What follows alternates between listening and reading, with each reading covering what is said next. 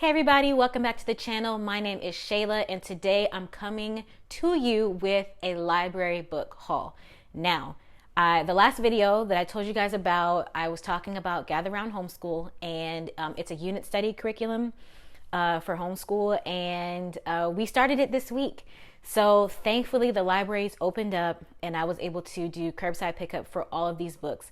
Now, the first unit of Gather Round is for North American birds. So all of these are related to birds in some way, shape, form, or fashion. Now, as you can see, I've got a lot of books here, so I just want to go ahead and jump right in and try to get through all of them. I might stop and I don't know. Let's just do it. Okay, the first book is called The Good for Nothing But. This is by Charise Harper. Now, this book reminds me, I don't know if you've ever seen the show. It's called Cheap. I don't know, there's a show where like these characters, they look the same. And so it's really cute, actually. It's about a button that they don't want to push because it supposedly doesn't do anything. And so, you know, very short words, just a kind of a fun book for your kids to read or for you to read to them. The next book is called Just a Baby Bird, and this one is from the I Can Read series, so it makes it really easy. Let me move this way.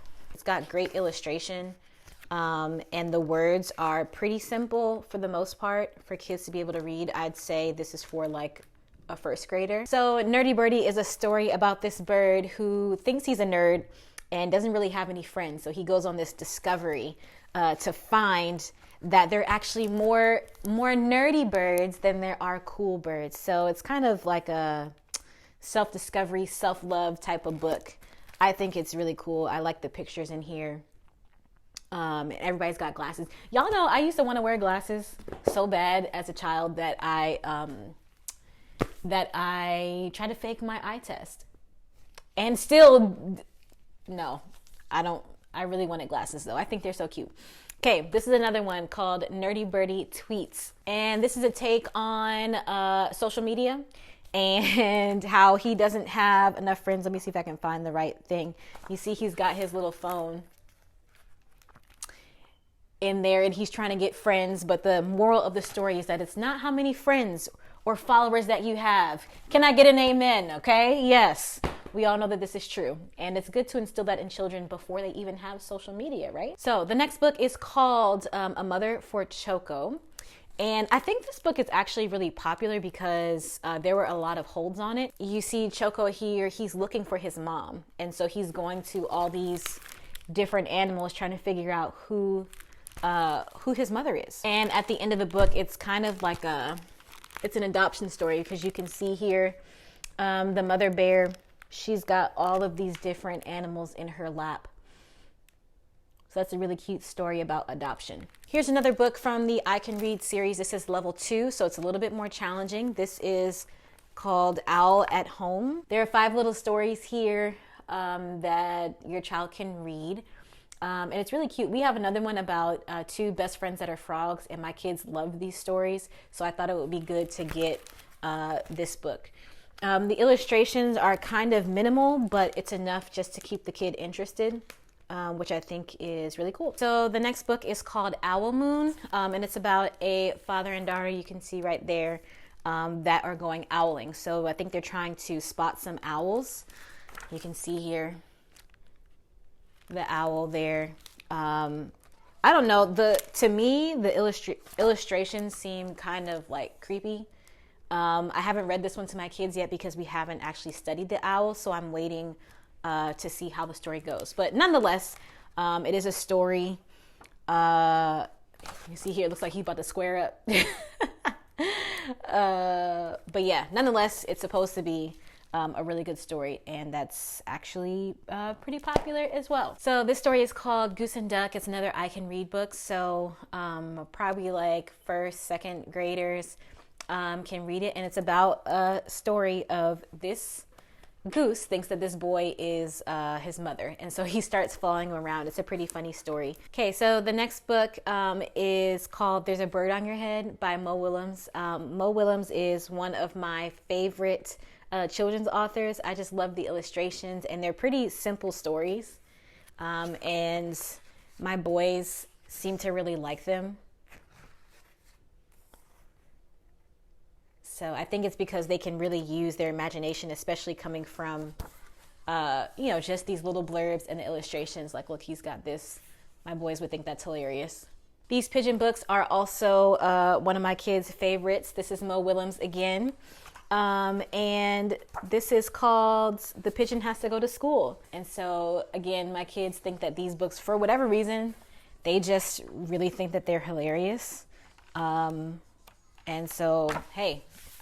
So you can see here, Pigeon is like totally freaking out about all the stuff that he's got to do. He's got letters stuck to him and everything. He's upside down.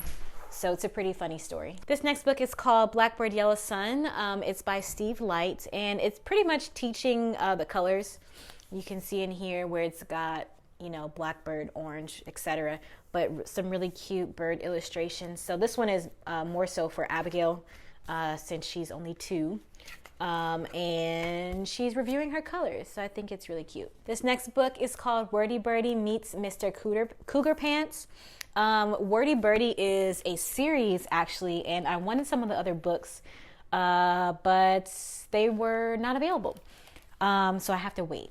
Now, this one is kind of funny. My kids got a kick out of me using all the different voices, but basically Wordy Birdy talks a whole lot. And they go on this camping trip, and they end up meeting Mr. Cougarpants, who wants to eat her and all her friends, but she ends up pretty much just talking him to death. And he's like, no, I'm not doing this. And he goes away and she ends up saving all of her friends. Now, my kids did think that this book was kind of anticlimactic because Mr. Cougarpants only shows up in like the last 2 pages.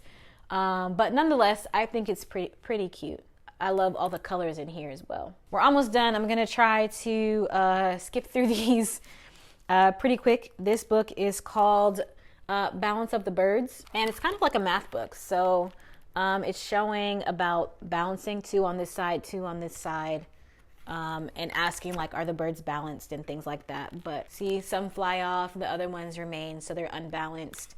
Things like that. Just kind of a basic book. So this one is really more so for Nathaniel. He's my 4-year-old, and just something for him to like look at, or at least look at the pictures while we're doing our lesson. So this next book is called Nate the Great Talks Turkey, and it's a chapter book that's set around Thanksgiving time, turkey Thanksgiving.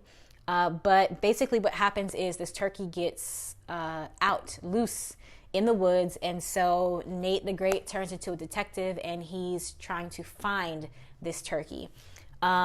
Josiah doesn't necessarily like chapter books, but I bought this to really challenge him. I mean, the words, it's not like that difficult in terms of his reading level, but I think he just gets really intimidated when he sees large books like this. So we're going to take our time with this one. This next book is, I'm using this as a read aloud. It's called A Nest for Celeste. And it's about this mouse, Celeste, that is trying to find her home. Now, we're only on chapter 5. Everything is in black and white. But my kids have actually, surprisingly, for us to not really have done read alouds, they're actually really enjoying it. And so there's 37 chapters, I think, in this book.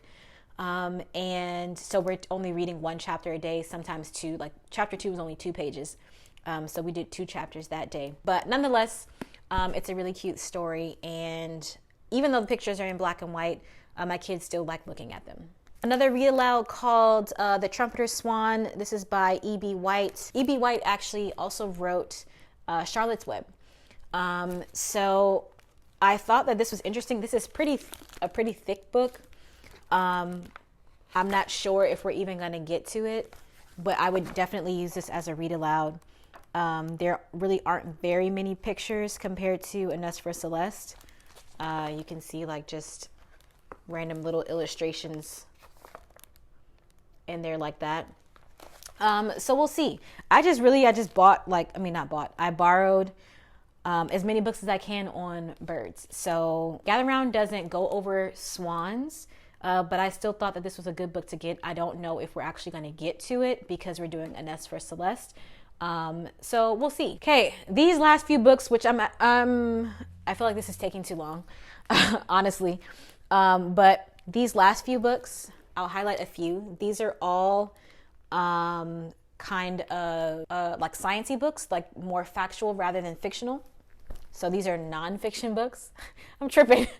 It's too early in the morning. So this one is called Birds of a Feather, about how bowerbirds are similar to people and what they do. This book is called Look Up, A Guide to Bird Watching. And this is really on how to go watching for birds and just information on what to look for, feathers, plumage, how they roost together, things like that. So this is just a book that, it's not really a reading book, but just something that the kids can look at, shapes and things like that. This book is called Birds from Head to Tail, and same thing, just more on the simple side, just a description of what different birds look like. I think the illustrations are very simple and cute. Not really North American birds, but still interesting birds nonetheless. Here's an eagle. Bald eagle is the first lesson in North American birds. So really cute. Just another book around birds, something that the kids can look at during quiet time and things like that. These two are by the same author. Nest is Noisy and An Egg is Quiet. You can see all the different types of eggs on here. And it actually has a description of all of these different eggs. So if you ever see one, you know what kind of egg it is. So that's just on the introductory page. Okay, so it's got really big text and really nice illustrations. It even goes through the gestation of eggs. So I think that's really cute. Same sort of deal for Nest is Noisy. It shows all the different types of nests that there are. This next book is called Birdwatch. I like the size of this book. I think it's really nice for like a read aloud, so I can sit with my kids, and because I have 4 of them, right? They all want to see the pictures. So I think that this is really cute. Just minimal wording and lots of illustration. Mama Built a Little Nest this shows all the different birds and how they actually build their nest and how it's made, whether it's small, sturdy, strong, made from sticks, made from leaves, etc. And lastly, robins. Now we have a lot of robins in our area, so the kids love now watching the birds, and I thought that this book, I think this is actually one of my favorites in terms of the illustrations. I just think it's so pretty.